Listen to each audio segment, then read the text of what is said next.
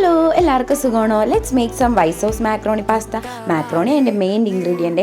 അപ്പോൾ കുറച്ച് വെള്ളം എടുത്ത് ബോയിൽ ചെയ്യുക. അതിൽ കുറച്ച് സോൾട്ടും കുറച്ച് ഓയിലും ആഡ് ചെയ്ത് മാക്രോണി ബോയിൽ ചെയ്തെടുക്കുക.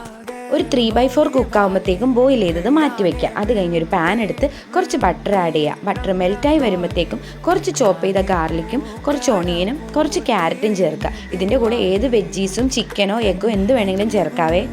വെജീസൊക്കെ ലൈറ്റ് ബ്രൗൺ കളറായി വരുമ്പോഴത്തേക്കും കുറച്ച് മൈദ ആഡ് ചെയ്യുക. പിന്നെ മാക്രോണി ബോയിൽ ചെയ്തിരിക്കുന്ന വാട്ടറും പിന്നെ കുറച്ച് മിൽക്കും ആഡ് ചെയ്ത് വൈറ്റ് സോസ് റെഡിയാക്കുക.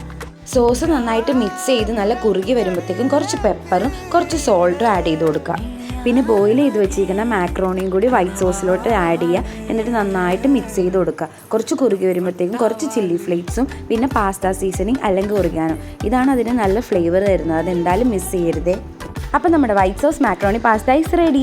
ചൂടോടെ തന്നെ ഇത് സെർവ് ചെയ്യണേ. പെട്ടെന്ന് തണുത്തോ. ഇത് കുട്ടികൾക്കും വലിയവർക്കൊക്കെ ഒരുപോലെ ഇഷ്ടപ്പെടും. ഹെൽത്തിയും കൂടിയാണ്. വൈറ്റ് സോസ് ഇഷ്ടപ്പെടുന്നവർക്ക് എന്തായാലും ഇത് ഒത്തിരി ഇഷ്ടപ്പെടുവേ. അപ്പോൾ എന്തായാലും ട്രൈ ചെയ്ത് നോക്കി കമൻറ്റ് ചെയ്യണേ. അപ്പോൾ ബൈ ബൈ.